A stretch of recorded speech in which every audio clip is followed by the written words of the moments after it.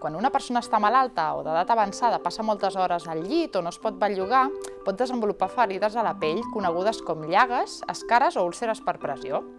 L'aparició d'aquestes úlceres és un problema de salut que passa amb moltíssimes persones que estan en el seu domicili. Patir una úlcera per pressió té un impacte negatiu per la seva qualitat de vida, principalment perquè la persona té dolor i això fa que la persona estigui més aïllada i no tingui tanta vida social. Els estudis, tot i així, reconeixen que almenys el 95% de les úlceres per pressió són evitables. Per tant, la prevenció és l'eina principal en la cura de les persones amb risc de patir una úlcera per pressió. Està demostrat que les estratègies d'educació en prevenció als cuidadors redueixen moltíssim el número de persones amb una úlcera per pressió, ja que el cuidador és la peça principal, és la clau en la prevenció.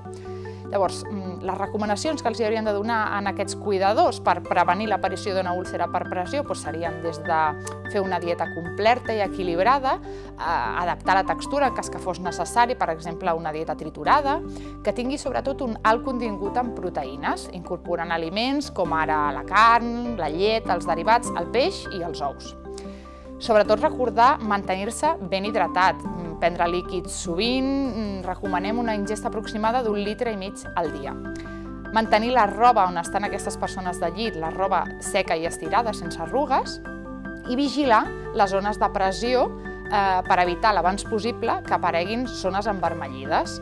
Les persones que tenen un alt risc de patir una úlcera per pressió, sí que és necessari, si la persona està enllitada i no es belluga per si sola, cal fer-li canvis de posició. Cal evitar que sempre estigui recolzat sobre una mateixa part del cos. En fer aquestes mobilitzacions, una de les coses més importants és evitar l'arrossegament. Per què? Perquè això també fa lesions en aquesta pell. Si la persona no controla la sortida de femta o d'orina i porta bolquer, cal realitzar el canvi de bolquer cada vegada que estigui moll i sigui necessari. També es poden utilitzar productes especials per protegir la pell, que anomenem productes barrera. Llavors, per disminuir la pressió en certes zones del cos, es poden utilitzar matalassos, coixins. Aquests coixins i matalassos els lloguen i els venen a les farmàcies. Llavors, també es poden utilitzar productes, apòsits, que es poden posar a zones concretes del cos, per exemple, als talons. Utilitzar tot aquest tipus de productes no evita haver de fer igualment els canvis posturals. En les zones amb els ossos més prominents, amb més facilitat poden aparèixer zones envermellides. Llavors es poden aplicar uns olis especials que es diuen àcids grassos hiperoxigenats que milloren la qualitat d'aquesta pell. Sobretot, el que està desaconsellat en la prevenció de les úlceres per pressió és utilitzar flotadors o coixins en forma circular. Per què? Perquè disminueixen la pressió en una part del cos però l'augmenten en la zona on hi ha el forat. Realitzar un massatge intens a les zones dels ossos més prominents el que fa és aplicar més pressió sobre les zones, per tant, també està desaconsellat.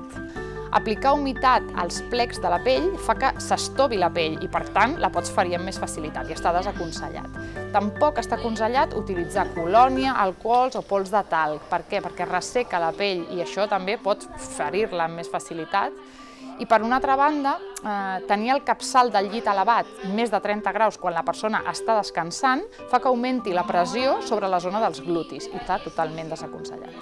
Les persones que vulguin tenir més informació poden adreçar-se a la web cuidandoheridas.com on hi ha consells amb paraules bàsiques, amb llenguatge senzill, entenedor, amb les preguntes més freqüents que solen fer les persones.